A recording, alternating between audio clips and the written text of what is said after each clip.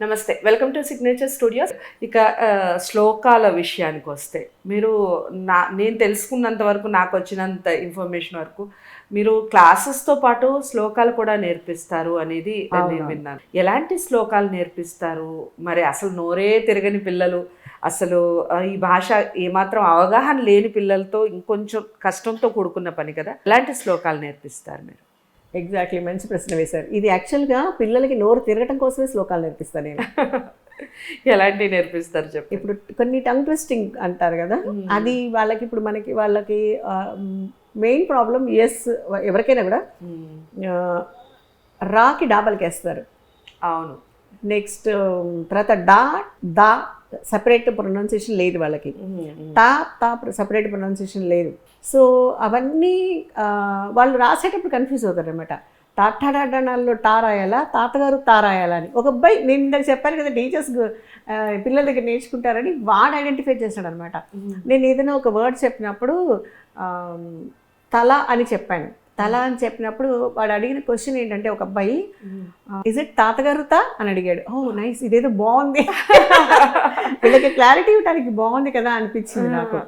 So తాతగారు తా కాదు, దాని ముందు వచ్చి టా రాయాలి అదే. అలా ఇప్పుడు నేను అలా చెప్పేస్తున్నాను, వాళ్ళకి కూడా క్లారిటీ వచ్చేస్తుంది. Okay okay. ఇది టంగ్ ట్విస్టింగ్ కోసం నేను మన నీతి శతకాలు ఉన్నాయి కదా, తెలుగు సాహిత్యంలో ఉన్న అత్యద్భుతమైన ఒక ప్రక్రియ ఏంటంటే పద్యాలు.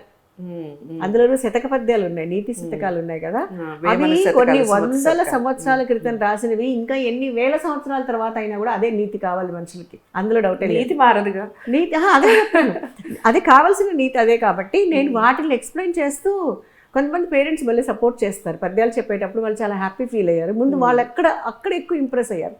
ఓకే, చిన్నపిల్లలు ఏముంది అలా వల్ల వేస్తూ ఉంటారు కదా పద్యాలు. ఒక చిన్న పాప, మీరు నమ్మరు, ఐ థింక్ 5 years అమ్మాయి కార్లో వెళ్తూ కూడా గట్టిగా ఉప్పు కప్పు రంబు ఒక్క పోలిక నుండి చూడ రుచుల జాడవేరంటే వాళ్ళు ముచ్చట పడిపోయారు. పాప బాగా చెప్తుందండి. కొంతమంది ఓన్లీ సమ్మర్ వెకేషన్లోనే వస్తారు, మిగిలిన టైంలో రారు, వాళ్ళకి కొంచెం ప్రెషర్ అవుతుంది అనేసి.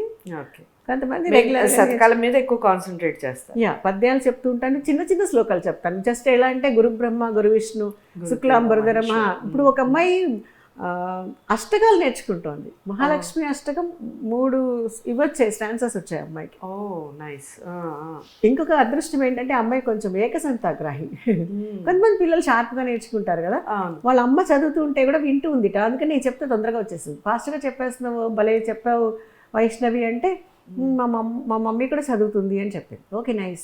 And that to she is a classical singer కాబట్టి తను నేనేమంటానంటే అమ్మాయిని ఎంకరేజ్ చేయడానికి, చూడండి ఇప్పుడు పిల్లలు నాడి పట్టుకొని మనం నేర్పించడం అన్నాను కదా, నేను అన్నా నీ చెప్పిన పద్యం నీకు వచ్చేసింది కదా, నువ్వు సింగర్ కాబట్టి సింగర్ లాగా పాడు అన్నాను. ఎంత చక్కగా తాళం వేస్తూ పాడుతుంది అమ్మాయి పద్యాన్ని. ఓకే ఓకే, చాలా బాగుంటుంది అనమాట. అమ్మాయి ఇప్పుడు ఏ లెవెల్కి వచ్చారంటే వాళ్ళు, నేను పద్యంలో ఏదో కార్నర్లో ఒక చిన్న వర్డ్ చెప్తే పద్యం పాడేస్తారు వాళ్ళు. ఓకే, లైక్ అంత్యాక్షరిలో ఒక పదం చెప్పి దీని ముందు చరణం పాడండి, పల్లవి పాడండి అంటే సినిమా పాటలు ఎలా పాడతారో, ఒక చిన్న వర్డ్ చెప్పేసి పద్యం చెప్పండి అంటే చెప్పేస్తారు. వాళ్ళే అంటారు ఓకే పద్యం పోయమ్స్ గేమ్ ఆడదామా అంటారు అనమాట. వాళ్ళు నన్ను కూడా అడుగుతారు. నేను okay you be a teacher, I be a student అంటాను నేను. ఇప్పుడు వాళ్ళ స్టూడెంట్ లాగా నన్ను క్వశ్చన్స్ వేస్తారు అంటే వాళ్ళకి తెలిస్తేనే కదా చెప్తారు. అవును, నేను తప్పు చెప్పినా కూడా వాళ్ళు ఐడెంటిఫై చేస్తాను, కావాలని రాంగ్ చెప్తాను, ఐడెంటిఫై చేసేస్తారు వాళ్ళు. వాళ్ళకి వాళ్ళు ఆ పద్యాల మధ్యలో ఒక చిన్న ముక్క వెతికి నన్ను అడగాలి క్వశ్చన్. అలాగే నెంబర్స్ తెలుగులో 1000 వరకు నెంబర్స్ రివర్స్లో కూడా చెప్పగలరు. యాక్చువల్లీ నెంబర్స్ రివర్స్లో చెప్తే మంచి షార్ప్ అవుతుంది మైండ్. అవును, ఇమీడియట్గా బ్యాక్వర్డ్ నెంబర్స్ని ఆలోచించాలి కదా పిల్లలు. It's a good exercise. నేనన్నా ఇది తెలుగు నెంబర్స్ నేర్పించాలని కాదండి, ఇది ఒక మంచి ఎక్సర్సైజ్ వాళ్ళ బ్రెయిన్కి. జస్ట్ మీరు అని వాళ్ళ పేరెంట్స్ నేను అప్పుడప్పుడు పిలిచి ఒక 2 minutes మాట్లాడుతూ ఉంటాను అనమాట ఆన్లైన్ క్లాసులు. మోటివేషనల్ స్పీకర్గా మీరు ఎలాంటి మోటివేషన్ స్పీచ్ ఇస్తారు? అంటే దేనికి సంబంధించి, తెలుగుకి సంబంధించిన లేకపోతే మానసిక వికాసం కూడా ఉంటుంది కదా? తెలుగు సంబంధించి లేదు అసలు, అది తెలుగు నేర్చుకోవడం అనేది వాళ్ళ ఇంట్రెస్ట్ని బట్టే ఉంటుంది కదా. వాళ్ళు ఇప్పుడు పిల్లల స్టబ్బన్ క్యారెక్టర్స్ లేదా ఇంట్లో వాళ్ళ వల్ల కొంతమంది అతిగారాబం చేయటం వల్ల పిల్లలు మాటలు వినకపోవటము, లేకపోతే అతి మొండితనము, కొంచెం ఇరిటేటింగ్గా మైండ్ సెట్గా ఉంటారు పిల్లలు కొంతమంది. అలాంటి పిల్లల్ని ఎలా కూల్గా మనం హ్యాండిల్ చేయాలి అన్నది ఇప్పటి వరకు అయితే పేరెంట్స్ నాకు అలాంటి వాళ్ళే ఎక్కువ మంది వచ్చారు. మా బాబు తొందరగా అంటే అర్జెంటుగా చేతిలో ఉన్నదాన్ని పెట్టి కొట్టేస్తాడు. అంటే కొన్ని పిల్లలు అలా ఉంటారు. అర్జెంటుగా అడిగింది ఇవ్వకపోతే చేతిలో ఉన్నది విసిరి పారేస్తారు. కోపం తొందరగా వాడికి కోపం వచ్చేస్తుంది. సో వాడి కొంచెం కూల్ కండిషన్లో ఉండాలి. అంటే ఏం చేయాలి, ముందు వాడికి షార్ప్గా ఉండే ఐటమ్స్ లేదా విసిరి పారేస్తే పగిలిపోయే ఐటమ్స్ ఏవి కూడా చేతికి అందుబాటులో ఉండకూడదు. ఓకే. ఆ తర్వాత వాడు కొట్టిన తర్వాత దెబ్బతిన్న వాళ్ళని కన్సోల్ చేస్తూ వాడిని కూడా ఇన్వాల్వ్ చేయాలి అందులో. ఇట్లా వాళ్ళు దే ఆర్ హ్యాపీ, వాళ్ళకి నచ్చింది, వాళ్ళు దాన్ని అప్లై చేసి చూసారు. ఇప్పుడు అలాగే కొంత మొండితనం ఉంటుంది పిల్లల్లో చదువుకునే విషయాల్లో. చాలా తెలివైన వాళ్ళు ఉంటారు, కానీ ఆ మొండితనం వల్ల వాళ్ళు రీకలెక్ట్ చేసి రాయరు. నాకు రాదు, నేను మర్చిపోయాను, నాకు అసలు రాయటమే రాదు అంటారు.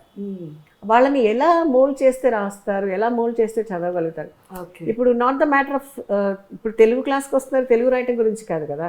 ఇప్పుడు నెక్స్ట్ ఫ్యూచర్లో వాడు చదువుకోవాలంటే ఈ మైండ్ సెట్ ఉండాలి కదా వాడికి. ఓకే. అంటే ఏంటంటే తెలిసిన విషయాన్ని రీకలెక్ట్ చేసుకోవడానికి బద్ధకం. అంటే ఏంటంటే వాళ్ళని కొంచెం పిల్లల్ని కొంతమందిని పొగిడితే రాస్తారు, కొంతమందిని కొంచెం భయపడితే రాస్తారు, కొంతమందిని అతిగా అప్రిషియేట్ చేస్తే రాస్తారు. అంటే నీకు 2 minutes పడుతుంది అంటే 2 minutesలో 20 words రాస్తారు కొంతమంది. ఓకే. కొంతమంది కొంచెం మొండిగానే ఉంటారు. ఓన్లీ పిల్లలకి సంబంధించేనండి? పిల్లలకి కనెక్టెడ్ పేరెంట్స్. ఓకే. పేరెంట్స్ కూడా ఇస్తారు. పేరెంట్స్ కౌన్సిల్ చేస్తేనే. ఇప్పుడు పిల్లలు యాక్చువల్గా ఇప్పుడు సపోజ్ 5-6 years పిల్లలకి మనం ఏం కౌన్సిలింగ్ చేయలేం. ఆ పిల్లలతోటి ఎలా బిహేవ్ చేయాలన్నది పేరెంట్స్కి చెప్పగలం కదా.